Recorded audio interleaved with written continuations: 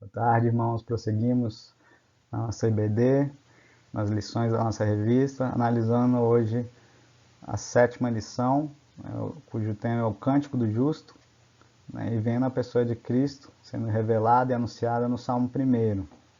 É um salmo muito bonito que fala de um caminho, fala do justo como uma árvore plantada junto à corrente de águas, coisas essas que vamos analisar, mas que estão inseridas no nosso objetivo geral, né, de analisar a pessoa e a obra de Cristo no Antigo Testamento. Nesse texto de Lucas 24, nos versículos 44 e 45, o texto diz o seguinte: a seguir Jesus lhes disse: são estas as palavras que eu vos falei, estando ainda convosco. Importava se cumprisse tudo o que de mim está escrito na lei de Moisés, nos profetas e nos salmos. Então lhes abriu o entendimento para compreender as Escrituras. Então a gente vê aqui o próprio Cristo falando daquilo que ele tinha que cumprir, né, e se utilizando especificamente do livro de Salmos, né, citando o livro de Salmos. Né. Então a gente já vê que ele referencia esse uso do Antigo Testamento como forma de analisar a sua própria pessoa, né, de forma que a Bíblia é una. Ela não, ela não existe essa separação entre o Antigo Testamento como algo que caducou, que não tem mais valor para nós, né? Não, pelo contrário, a gente vê o próprio Cristo afirmando, né, a si próprio através do livro de Salmos. Aí como é que a gente vai fazer então para analisar a pessoa de Cristo nos livros do Antigo Testamento? Né? A gente vai analisar livros escolhidos em cada um dos grandes grupos que compõem o Antigo Testamento. Então a gente vai ter pelo menos uma lição em cada um desses grupos. A gente já viu todas de Pentateuco, né? Já encerrou as lições nos livros do Pentateuco, nos livros da lei. A gente já encerrou as lições nos livros históricos. E agora a gente caminha para os livros poéticos ou de sabedoria. Não é? A gente já viu o Salmo 23 e agora a gente vai ver o Salmo 1. Né? Há essa inversão entre o 23 e o 1, mas que não influencia aqui na nosso objetivo, que é ver a pessoa de Cristo. Bom, quando a gente fala dos Salmos, né, a gente fala de poesias cantadas, né, a gente fala de arte, né, a gente fala de arte que desperta emoções.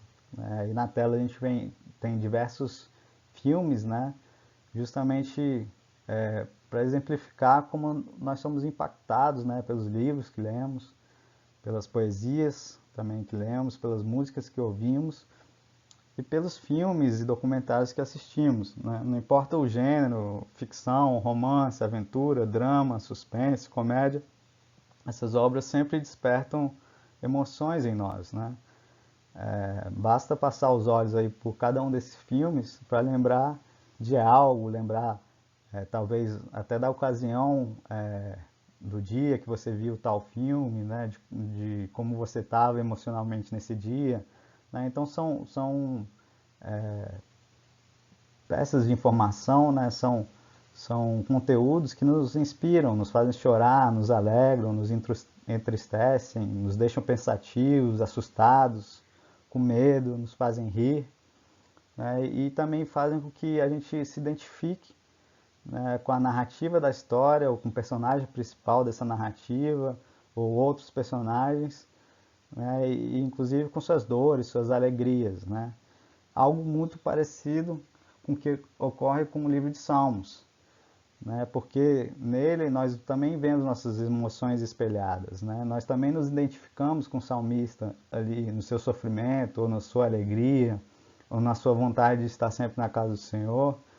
Mas acima de tudo, os salmos apontam para Cristo, todos eles, né? Como a gente inclusive viu na leitura de Lucas. Né? Não só os salmos messiânicos, né?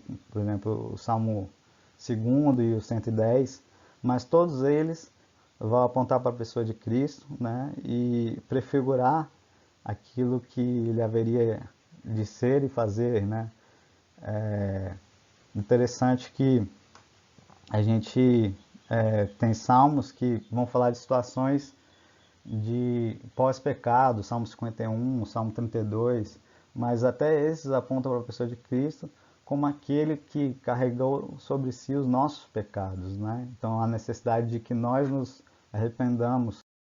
Então tudo isso vai compor a nossa visão geral a respeito do livro de Salmos, né, que é um livro que nos instrui na revelação do Senhor de maneira muito prazerosa, a partir do momento que ele se serve de um expediente artístico para se comunicar a nós, né, através de poesias cantadas, e permitir que nos identifiquemos com o salmista ali. Né? Ele é um livro cujo título em hebraico é Sefer Tehillim, né, Livro dos Louvores, né? Então ele seria um inário do povo judeu.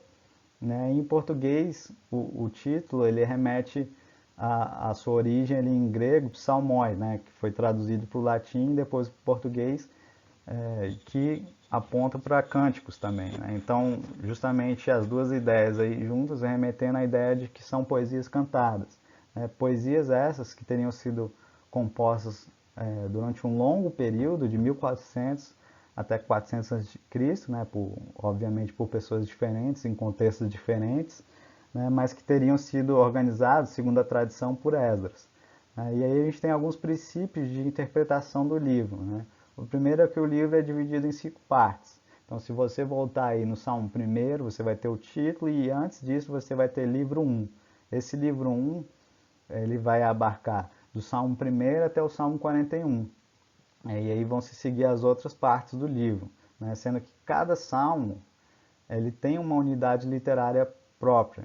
Né? Você vai ter, por exemplo, o Salmo 119, que ele é estruturado na forma de um acróstico, onde cada estrofe vai trazer como primeira letra ali uma letra do alfabeto hebraico. Né? Então você vai ter desde do Aleph, né, a primeira letra do alfabeto hebraico, até a última. Já outros salmos não vão se servir desse expediente, vão se utilizar de outras formas literárias.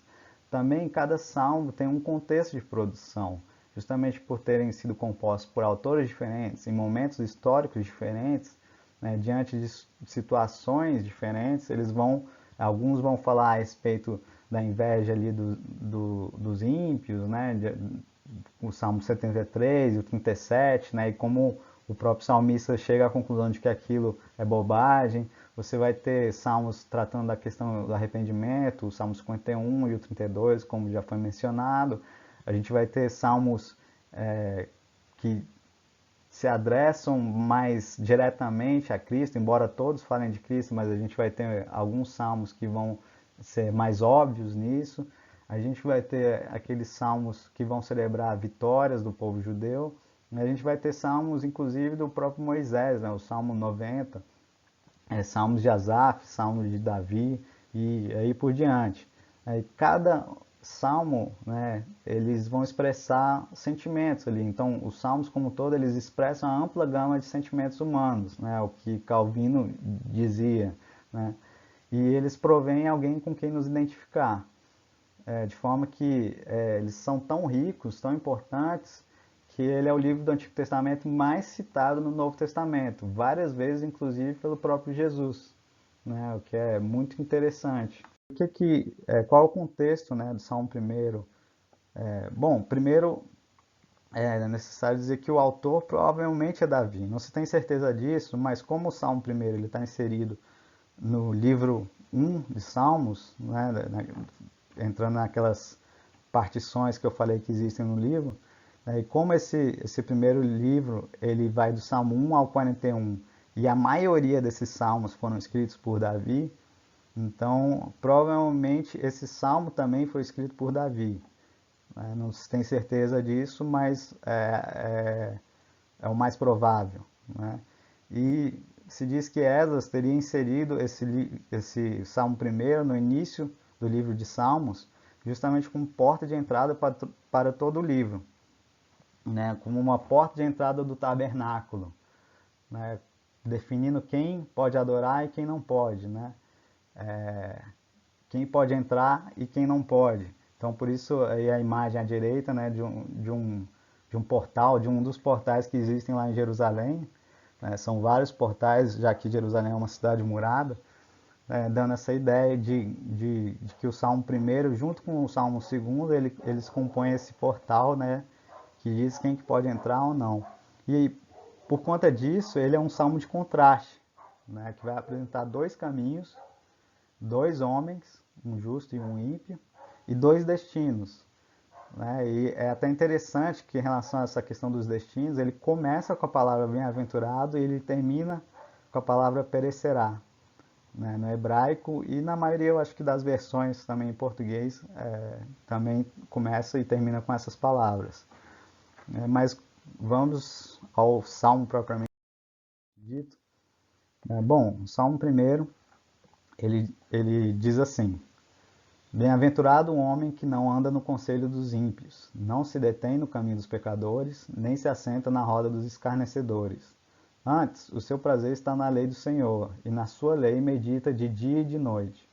Ele é como a árvore plantada junto à corrente de águas, que no devido tempo dá o seu fruto, e cuja folhagem não murcha, e tudo quanto ele faz será bem-sucedido. Os ímpios não são assim, são porém como a palha que o vento dispersa. Por isso, os perversos não prevalecerão no juízo, nem os pecadores na congregação dos justos. Pois o Senhor conhece o caminho dos justos, mas o caminho dos ímpios perecerá. Bom, vamos analisar então cada parte desse salmo. Primeiramente, a primeira palavra aí, bem-aventurado. Bem-aventurado dá a ideia de alguém divinamente feliz ou abençoado. Então é mais do que feliz, é mais do que abençoado. Né? E no hebraico ele tem uma conotação de intensidade, alguém que é muito feliz, que é muito abençoado. Né? Seria o homem que recebeu a paz, o shalom de Deus e o sorriso de Deus. Que não vive em inimizade com Deus e vive bem por saber desse seu estado. Alguém que recebeu aquela bênção que a gente vê lá em Números 6, aquela bênção de Arão, que o Senhor sobre ti levante o rosto, que o Senhor te dê paz, uma bênção até que foi transformada em música, que é cantado pelos corais por aí afora, é uma música inclusive muito bonita. E esse estado de bem-aventurança, de bem-aventurado, ele independe das circunstâncias. O homem bem-aventurado, ele é feliz não por aquilo que ele tem ou faz, mas pelo que ele é. É um estado dele. E lógico que por ele ser, aí ele fica livre para fazer e acumular, inclusive, bênçãos. Mas a gente não pode inverter essa ordem. Primeiro ele é, para depois ele ter e fazer, ou fazer e ter. E é interessante também que o texto diz que bem-aventurado é o homem.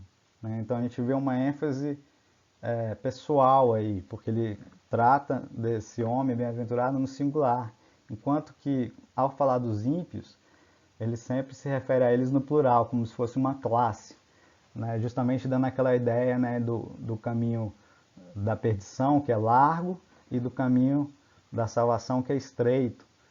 Então, no caminho da salvação passam alguns, já no caminho da perdição, uma classe inteira.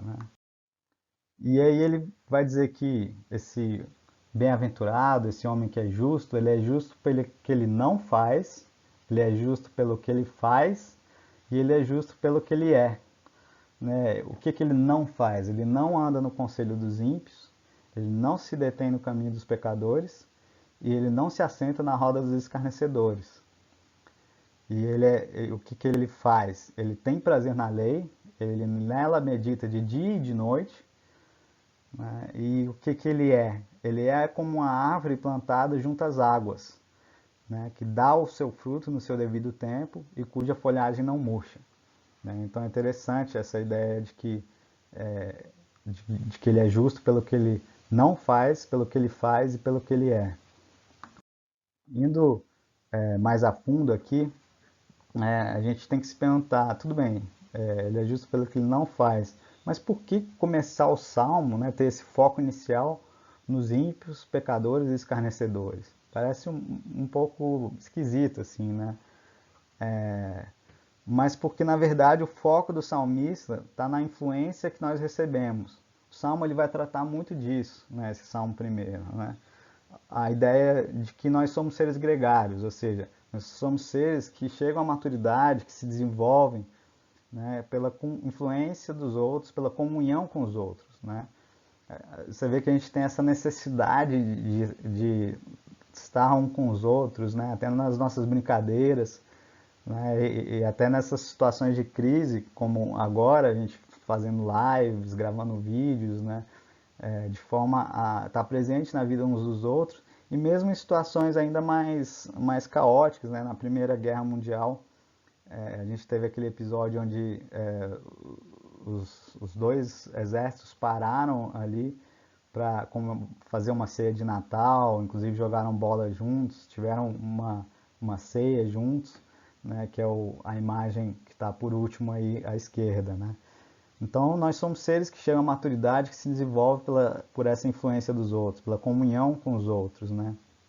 E o Salmo, aqui, o salmista, né, ao escrever o Salmo, ele aponta a necessidade de não ceder à nossa interpretação do mundo, do modo como a gente deve se relacionar com as pessoas, à visão ímpia, né? E sim colocar as escrituras como o princípio de interpretação e de interação, né? De colocar as escrituras como a base da nossa cosmovisão, né? Então ele está afirmando aqui que se você quer ser bem-aventurado, você não deve seguir o roteiro da impiedade, né? A gente falou muito de filmes, então essa questão do roteiro, do script, né? De não seguir ali o script da impiedade.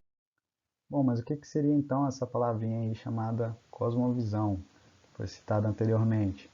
Bom, ela está relacionada a um compromisso do coração. E aí a gente já tem que fazer uma parada aqui, porque você pode estar se perguntando, pô, mas o que tem a ver essa imagem de um iceberg com um coração? Será que é um coração frio, coração gelado? Não, a ideia aqui é porque assim como um iceberg tem uma parte que é visível às pessoas e tem uma parte que é invisível, que está submersa, também a nossa pessoa ela é composta dos nossos atos exteriores, né, aquilo que é visível pelas outras pessoas, e dos nossos atos interiores, aquilo que só é visível se a gente falar, né? Nossos pensamentos, as nossas emoções, nossas vontades, nossas crenças. E a palavra coração na Bíblia, ela está relacionada a todo esse homem interior, né? Não só as emoções, como a gente vê muito na nossa cultura. Ela está relacionada também até as decisões, a sede das decisões, né? do juízo, do que é correto, do que é errado.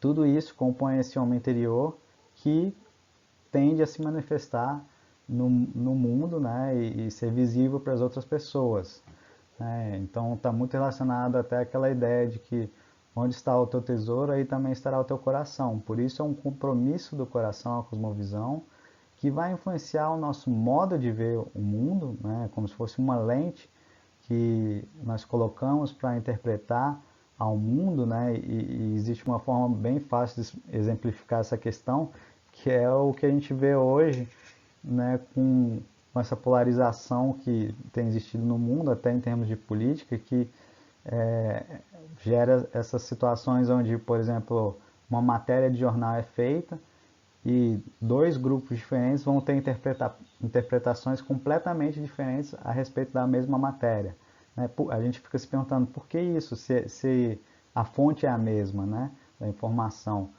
Mas o fato é que, apesar da fonte ser a mesma, é como se essas pessoas estivessem vendo a mesma matéria com lentes diferentes, né, com óculos diferentes, né, e por isso interpretando aquela situação de forma diferente. Então, a cosmovisão é esse compromisso do coração que vai influir no seu modo de ver o mundo, no seu modo de classificar o mundo também, né?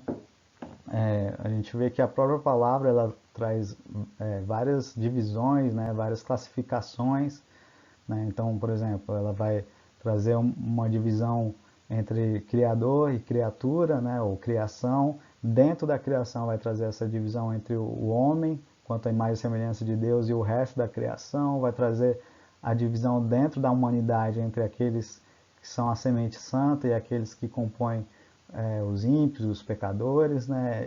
A gente vai ver também uma divisão de gênero, né? De sexo masculino e feminino, né? Então a gente vê que isso, a nossa cosmovisão, esse nosso compromisso do coração vai influenciar até o nosso modo de estabelecer essas divisões, né? e de ver também como isso flui ao longo da história, né? Porque alguém que não crê, por exemplo, em Deus, ele vai, ou na palavra, ele vai ter essa ideia de que tudo ocorreu por acaso, com uma explosão, né, o Big Bang, e que as coisas não têm um sentido, um significado, um propósito intrínseco a elas, e que um dia tudo isso vai se acabar também, né? O universo vai se colapsar sobre si de novo, sem que isso represente nada além de um mero acaso. Já os cristãos não, eles vão ter essa visão da história como uma linha, né, que começa com a criação, né, depois vem a queda, depois a redenção e por último a glorificação, né? Inclusive esse compromisso do coração ele vai nos influenciar também no modo de interagir, né, com o mundo de forma geral, né? Eu falei dos modos de classificar o mundo, né, que acabam compondo nessas diversas partes aí que tendem a interagir entre si no mundo, né? Então, o nosso compromisso do coração ele vai também nos informar como essas partes devem interagir, né? Como a gente deve interagir com as outras pessoas, né? Incluindo nossos familiares, com o nosso Estado, né? Com os governantes, com as lideranças, com a cultura, as artes, a política, a economia, né? A literatura e também até mesmo com a igreja, né? E com o próprio Deus, né? Então, se você entende Deus de determinada forma, né? Se o compromisso do coração não crê em Deus ou crê de uma forma diferente, isso vai influenciar a sua forma de adorar, né? Com certeza.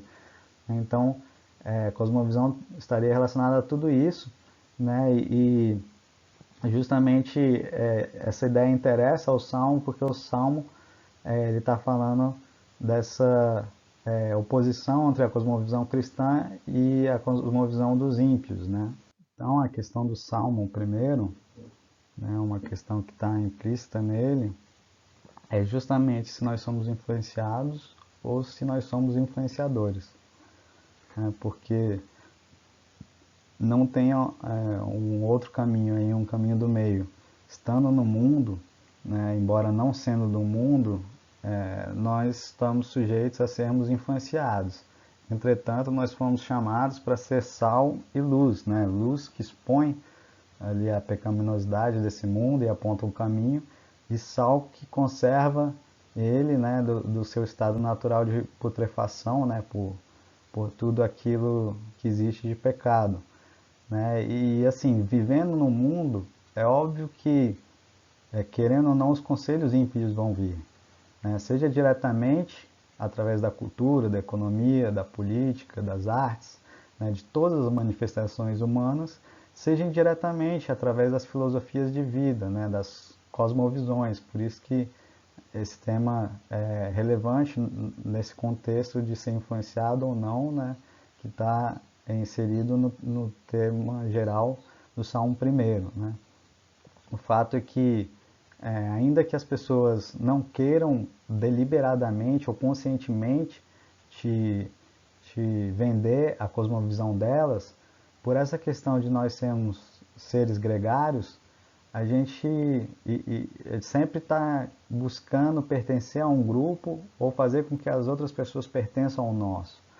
Então, a gente está sempre procurando defender as nossas ideias e fazer com que os outros concordem com elas também, né? Ideias essas que partem dessas crenças mais básicas que estão relacionadas à nossa cosmovisão, né? E aí a gente tem que andar de forma muito cuidadosa, né? Porque tem um pastor, né, tratando desse tema, o pastor Davi Charles Gomes, que ele vai falar que justamente a forma mais fácil de se perder um debate é aceitar os termos do debate, né? Porque o que ele quer dizer com isso? Que uma vez que você aceita os termos do debate, nesses termos já estão incluídos ali os limites do debate e as conclusões do próprio debate.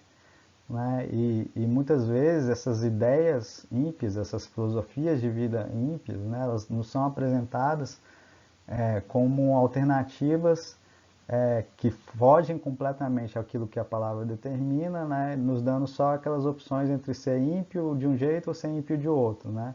E se a gente aceita isso, né, se a gente aceita, né, anda no conselho dos ímpios e aceita os termos de escolhas que nos são oferecidos, a gente já comprou o pacote da impiedade como um todo, né?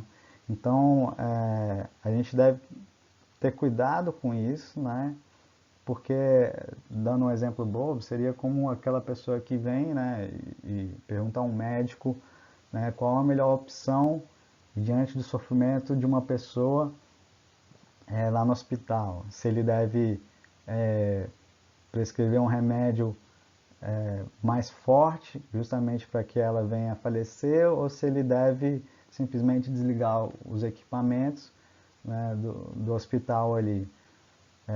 Se você aceita, né, que só existem essas duas alternativas e responde, não, eu acho que seria mais humano seguir com tal caminho, desligando os aparelhos, por exemplo, né, você já internalizou aqueles termos como válidos, né, você já aceitou os limites que esses termos te foram colocados e você já aceitou as conclusões que podem derivar dessas escolhas. Então, você já foi influenciado, né, pela sua forma de ver o mundo, quando na verdade, se a gente for para a palavra, nenhuma dessas duas escolhas aí seriam válidas, né? Então a gente tem que ter esse cuidado, porque uma cosmovisão ela define a sua escolha de curso de ação, né? O Salmo está falando que quem anda segundo o conselho dos ímpios vai se deter no caminho de pecadores, né? E possivelmente até vai se assentar na roda dos escarnecedores, né? Então é importante que a gente não ceda a uma visão contrária àquilo que determina a palavra. Por mais humana que ela pareça, por mais justa que ela pareça, né? E nesse mister aqui, nessa questão, é importante a gente entender que o simples parar numa visão ímpia de mundo, né, já é o suficiente para a gente começar a criar raiz, né? A gente tem que procurar influenciar, não ser influenciado. E só tem esses dois, não tem um meio termo onde você está imune a, aquilo que é chegado a você, né? Que é o que justamente a gente vai tratar com relação ao início ali do Salmo, né? Quando fala dos ímpios, dos pecadores, dos escarnecedores e como há ali uma progressão na maldade. A gente vai ver ali que, tudo bem, o justo ele não anda, não se detém, não se assenta, né? Mas se a gente fosse analisar pelo outro lado, pelo lado de quem é ímpio e faz essas coisas, né? Então a gente vai ver que existe uma progressão em cada um desses termos que é usado, né, em cada uma dessas partes do Salmo ali, dessa primeira parte do Salmo, né? Porque ali é dito que o justo não anda no conselho dos ímpios, não se detém no caminho dos pecadores, não se assenta na roda dos escarnecedores. Agora, cada palavra dessa, que está de cor diferente, ela segue um movimento de progressão na maldade, né? A gente vai ver que de anda para detém, para se assenta, a gente vê quase que como um movimento de parada, né?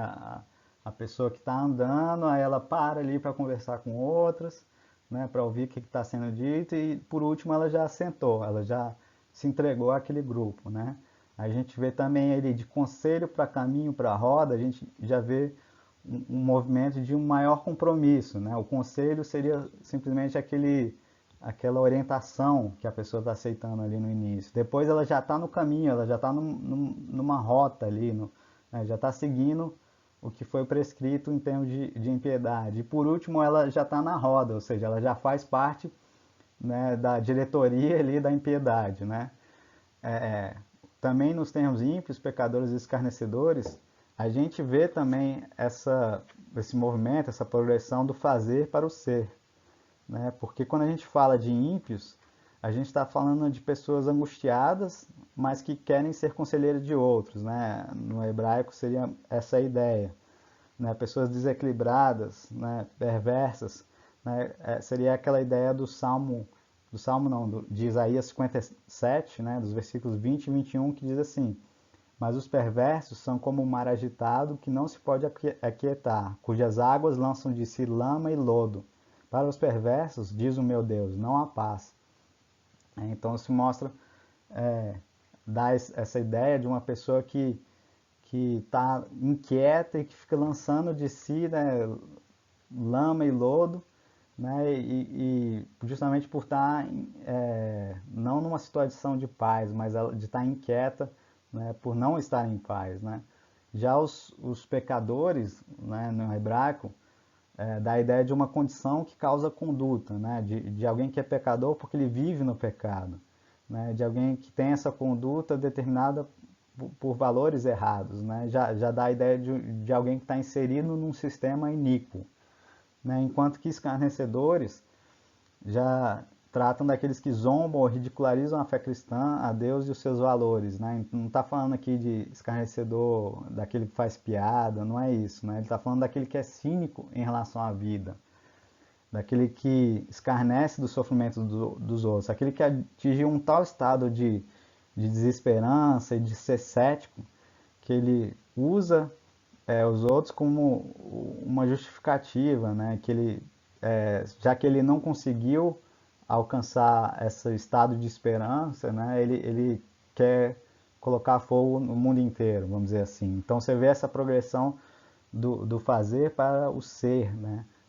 Justamente num declínio aí, né? Então até remete àquelas duas ideias, né? Ou seja, uma areia movediça, né, onde você no início está bem ali, mas progressivamente você vai afundando, né, paulatinamente você vai afundando, ou então aquela ideia que é muito usada, né, nas igrejas por aí, da rã ali que vai sendo cozinhada em fogo baixo, né, que por estar sendo cozinhada em fogo baixo, ela vai aceitando aquilo até um ponto que ela morre, né? Enquanto que se você tacasse ela num fogo já quente, ela ia pular dali, né? Então, essa ideia de que a gente vai sendo, sem perceber, enredado nesse caminho, pode ser enredado, né? Sem perceber nesse caminho da maldade, né? Já o justo, não. O justo, ele tem prazer na lei, né? O justo, por que a lei, né? Por que esse prazer na lei? Porque justamente o justo ele tem a necessidade de ter essa massa crítica para analisar o mundo e para influenciar o mundo, né? É dito no Salmo que o ímpio ele é como a palha, né? Que dispersa. Então é aquela ideia de uma palha que está solta ao vento, né? Que é por conta que não tem peso e por conta disso é levado por todo o vento de doutrina, por todas as ideias, né? A gente vê nessa situação que a gente está vivendo as pessoas em pânico porque houve qualquer matéria ali já se desespera. Já o justo não, ele tem essa massa crítica, esse lastro, né, esse peso que permite a ele analisar o mundo de maneira mais confiável, com uma fonte confiável, com uma fonte que vai fazer frente a esses movimentos do mundo, né? E inclusive influenciar esse mundo, né? Sendo sal e luz para esse mundo, né? E é por isso que para o justo, né, as suas afeições elas são moldadas pela palavra de Deus, né? Essa relação com a palavra é uma relação prazerosa, ele tem um compromisso do coração com a palavra e com Deus, né? Então a gente vê no Shema, né, que seria uma parte de Deuteronômio que virou até uma oração para os israelitas, né, que a gente tem, onde a gente tem ali dentro desse Shema, a gente tem o proto-mandamento, né, seria a gente tem o proto-mandamento e o deutero-mandamento, que são os mandamentos resumo. Então, no Shema tem aquele mandamento: amarás o Senhor teu Deus de todo o teu coração, com toda a tua alma, né, com toda a tua força, com todo o teu entendimento. E é interessante que tanto esse mandamento como o amarás próximo como a ti mesmo, né, que está lá em Levítico, que são repetidos por Cristo, os dois trazem essa questão do amor, né? Então, o amor enquanto relacionamento, então, enquanto comunicação, enquanto influência, né? Mostrando que que justamente tudo isso remete a esse compromisso do coração, né, que está relacionado inclusive aos nossos afetos, de modo que a nossa obediência não deve ser forçada, né? Isso não é aceitável diante de Deus, né? Quando o apóstolo Paulo ele fala que nós deixamos de ser escravos do pecado para ser servos de Cristo ou escravos de Cristo, porque a palavra no grego é douloi, que é escravo, realmente é uma escravidão a Cristo, porque só existem esses dois caminhos, ou você está em Cristo ou você está no pecado, é escravo do pecado. Mas a questão é que ali é uma servidão para a qual você próprio se sujeita, né? Aquela ideia de Pedro, né, quando ele é questionado por Cristo, você também quer abandonar? E ele diz que ele não teria como fazer isso porque só Cristo tem as palavras de vida eterna, né? Então, ele faz isso de livre e espontânea vontade por entender, né, aquilo como prazeroso, entender aquilo como a verdade, como o caminho, né? A mente deve estar disposta a se deleitar na palavra, né? Nessa palavra, quando o Salmo fala que o justo tem prazer na lei, né, a fonte desse prazer aí é a revelação de Deus. Lei aí não é no sentido daqueles preceitos, daqueles mandamentos específicos que estão ali em Levítico ou Deuteronômio. A ideia aqui é de toda a revelação de Deus, né, tudo aquilo que compõe o modo pelo qual Deus se revela na sua palavra. Né? E aí é dito que o justo medita nessa lei, né? A ideia aqui é de ruminar, né? Assim como o gado ali, ele come o capim, ele fica mastigando aquilo um bom tempo, aí joga para o estômago, aí depois traz de novo para a boca, volta a mastigar. Então seria justamente essa ideia de ficar ruminando na palavra, cogitando profundamente em cima da palavra, né? De estar refletindo com o coração, né? E essa reflexão deve ser algo que conduz à atividade, né? Em Josué 1:8 a gente vê o Senhor falando com Josué o seguinte: não se aparte da tua boca o livro dessa lei, antes medita nele dia e noite, para que tenhas cuidado de fazer conforme a tudo quanto nele está escrito, porque então farás prosperar o teu caminho e serás bem-sucedido. Né? Então, justamente essa ideia de que ele deveria meditar na lei, que isso deveria se manifestar, né, em atos, né, e aí sim ele prosperaria, né, seria bem-sucedido.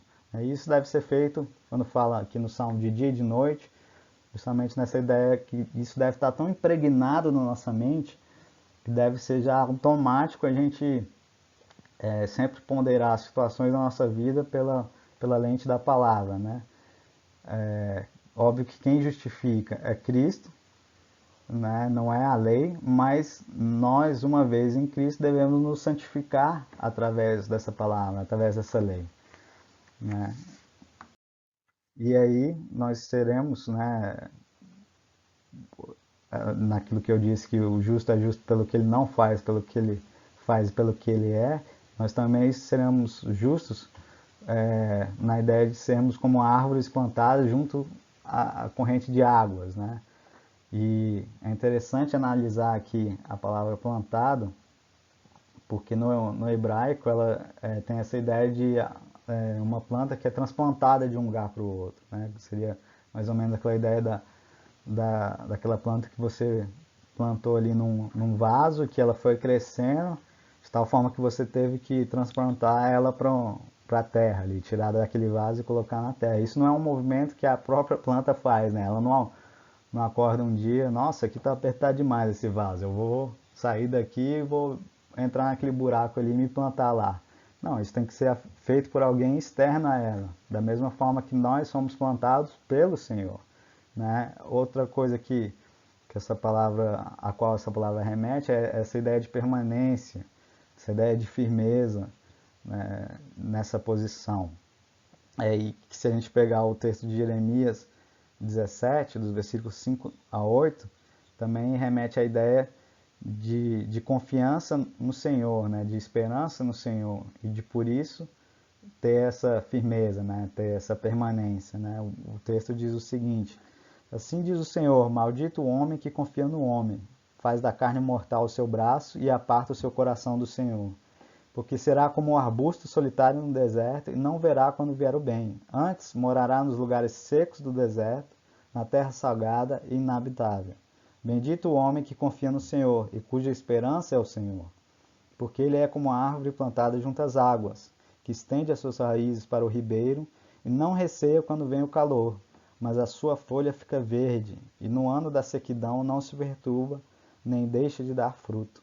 Bendito o homem que confia no Senhor, cuja esperança é o Senhor. Assim também somos nós. Tem também essa ideia de que a árvore ela é plantada junto à corrente de águas. Ela está constantemente sendo alimentada. Por isso ela está constantemente verde. E aí remete até essa questão da água como Cristo mesmo fala no Novo Testamento, de si próprio como a água da vida. Mostrando que isso está muito ligado à ação de Cristo e do Espírito Santo em nós. E uma vez que Cristo e o Espírito Santo atuam em nós, é mais do que natural do que a gente frutifique, que a gente dê frutos. É uma consequência natural. O fruto, ou a frutificação espiritual é trabalhada de dentro para fora. E a gente, uma vez em Cristo, a gente vai ter essa folhagem que não murcha. É interessante também isso, porque implica que nós temos não só frutos, mas temos aparência também. O crente tem folhas e tem frutos, ele tem beleza. Quando a gente vê aquele episódio ali de Cristo no Novo Testamento, onde ele amaldiçoa a figueira, ele vê ali uma figueira que tem folhas, tem a aparência de estar tudo correto, mas quando vai lá não tem figos. Então seria aquela ideia dos sepulcros caiados, dos fariseus, que eram externamente, tinham atos corretos, mas que internamente estavam podres. Nós não, nós temos os dois, temos atos externos corretos e temos um interior bonito também. E aí tudo quando a gente faz vai ser bem sucedido, porque a consequência natural do prazer na lei é justamente ser bem-aventurado. E o justo dá frutos a seu tempo. Essa questão do tempo aí, no devido tempo o justo vai dar o seu fruto. Mesmo que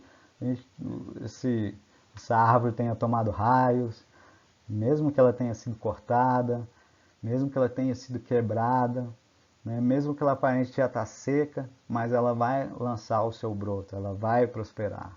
Muitas vezes a gente se preocupa ao longo da vida aí,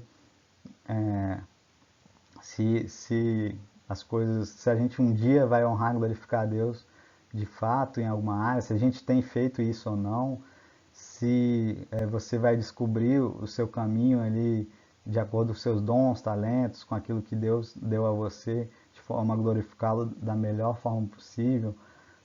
E a gente não precisa se preocupar, há uma promessa de que a gente vai chegar a dar fruto no seu tempo. Se você está em Deus, se você está em Cristo, isso vai acontecer. Não no sentido usual do termo, porque no mundo aí o tempo e o significado são diferentes. Muito influenciado pela teologia da prosperidade, a gente acha que dar fruto está relacionado a riquezas, a posses, a poder, a status, a crescimento profissional, e não necessariamente é o que está sendo dito aqui. Aqui, frutificar justamente dar aqueles frutos do Espírito, ter aquele fruto do Espírito, aquelas traços de caráter, a semelhança de Cristo, que dá-se de uma devoção a Deus, de um temor a Deus, de um amor a Deus, de uma sede de Deus. Então, é diferente da visão que se tem no mundo, e todas essas coisas, todo fruto que é produzido é para que outros se alimentem. Assim como a sombra é para que outros nele se recolham, nessa ideia da árvore. Então, é interessante que até nisso, Deus nos usa para a edificação do seu corpo, de modo que, através de dons diferentes, um edifica a vida do outro, um proveja esse alimento, essa sombra para o outro, para aqueles que estão cansados, para aqueles que estão abatidos.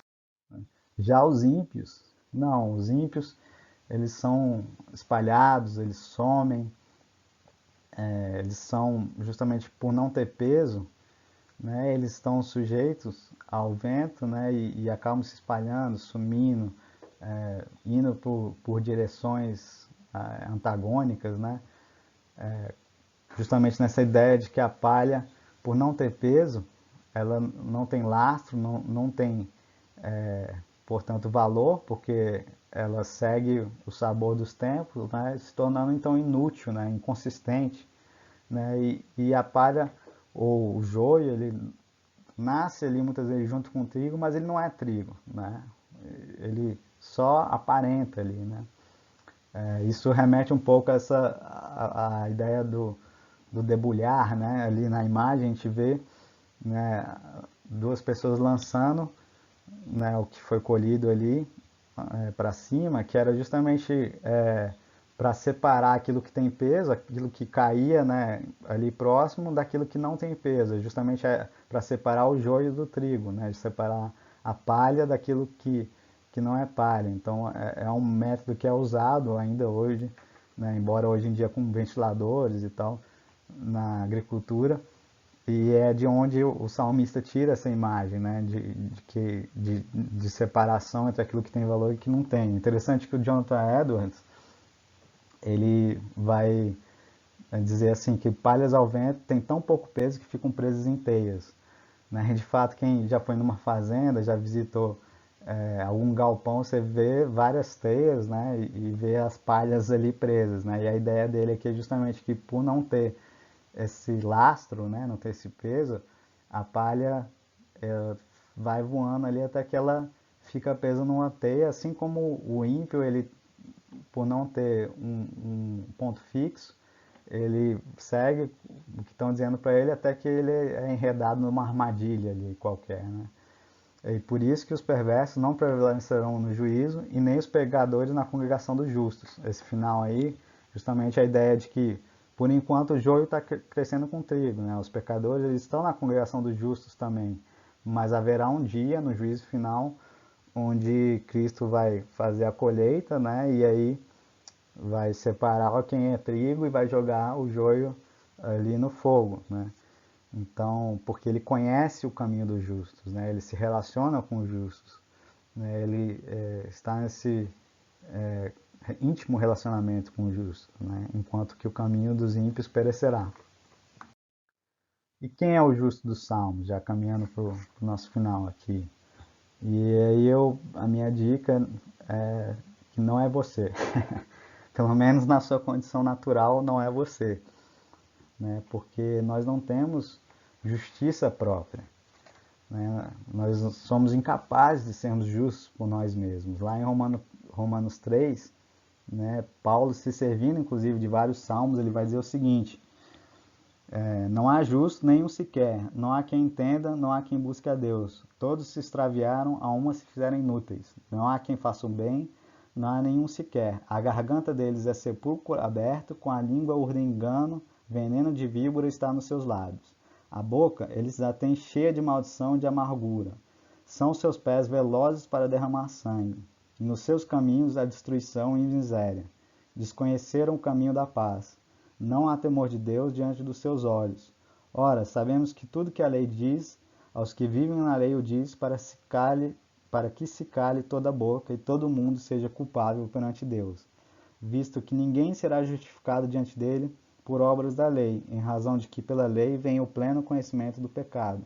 Então, trazendo aí não só a questão de que não há um justo sequer, mas a questão também de que, inclusive, não adianta querer fazer boas obras para ser justificado diante de Deus, porque isso não existe, né? Então, como é que a gente se torna justo, né? E aí, o Salmo, como eu disse, o Salmo 1º e o Salmo 2º, eles, embora tenham unidades, sejam unidades, né? Eles compõem um todo que serve como portal para o livro de Salmos, né? E o Salmo 2º, ele remete à questão do refúgio no Senhor, né? Ele é um salmo messiânico que vai trazer muito a questão de Cristo ali, como ao falar do Messias, né, a dar essa ideia do Filho, né, e especificamente no final, nos versículos 10 ao 12, ele diz o seguinte: Agora, pois, ó reis, sede prudentes, deixai-vos advertir, juízes da terra. Servi ao Senhor com temor e alegrai-vos nele com tremor. Beijai o filho, para que se não irrite, não pereçais no caminho, porque dentro em pouco se lhe inflamará a ira, bem-aventurados todos os que nele se refugiam. Né? Mostrando aqui que no dia da ira, né, ou por conta da ira de Deus, nós deveríamos nos refugiar no Senhor, né? Beijar o filho, como falando no início do último versículo. Né? Então, Cristo sim, ele foi justo, né? Cristo sim, ele se deleitou na palavra, ele não andou no conselho dos ímpios, né? E estando nele, nós podemos ser como esta árvore a produzir bons frutos. Né? Mas antes a gente tem que aceitar a nossa condição de pecadores, de miseráveis diante de Deus, né? Nos arrepender dos nossos pecados e aceitá-lo como nosso Senhor e Salvador. Eu tenho um autor chamado Paul Tripp, que ele escreveu um livro muito interessante que é mais direcionado a pastores, que chama Vocação Perigosa, né, onde ele faz um alerta importante, né, especialmente para aqueles que são líderes, sejam pastores, presbíteros, diáconos ou que lideram algumas das sociedades internas da igreja, né, que é o fato de que muitas vezes a gente vai sendo enredado aí nos nossos trabalhos dentro da igreja e a gente começa a achar que a gente vai ser remunerado diante de Deus pelo aquilo que a gente está fazendo, né, e que a gente é justo por esses atos, né, ou pela algo intrínseco a nós, né, e muitas vezes a gente até acaba se negando aos meios de graça que Deus proveu ao seu corpo, né, porque a gente acha que a gente não pode se servir desses meios, que aquele que é liderado, ele não pode saber que eu incorri num pecado ou que eu caí em determinada postura, quando na verdade só existe um cabeça da igreja que é Cristo, né? E todos nós estamos sujeitos a ele e temos todos nós os meios de graça, inclusive da comunhão dos santos, disponíveis para que a gente possa justamente se edificar mutuamente e crescer, né, seguindo o nosso cabeça, né?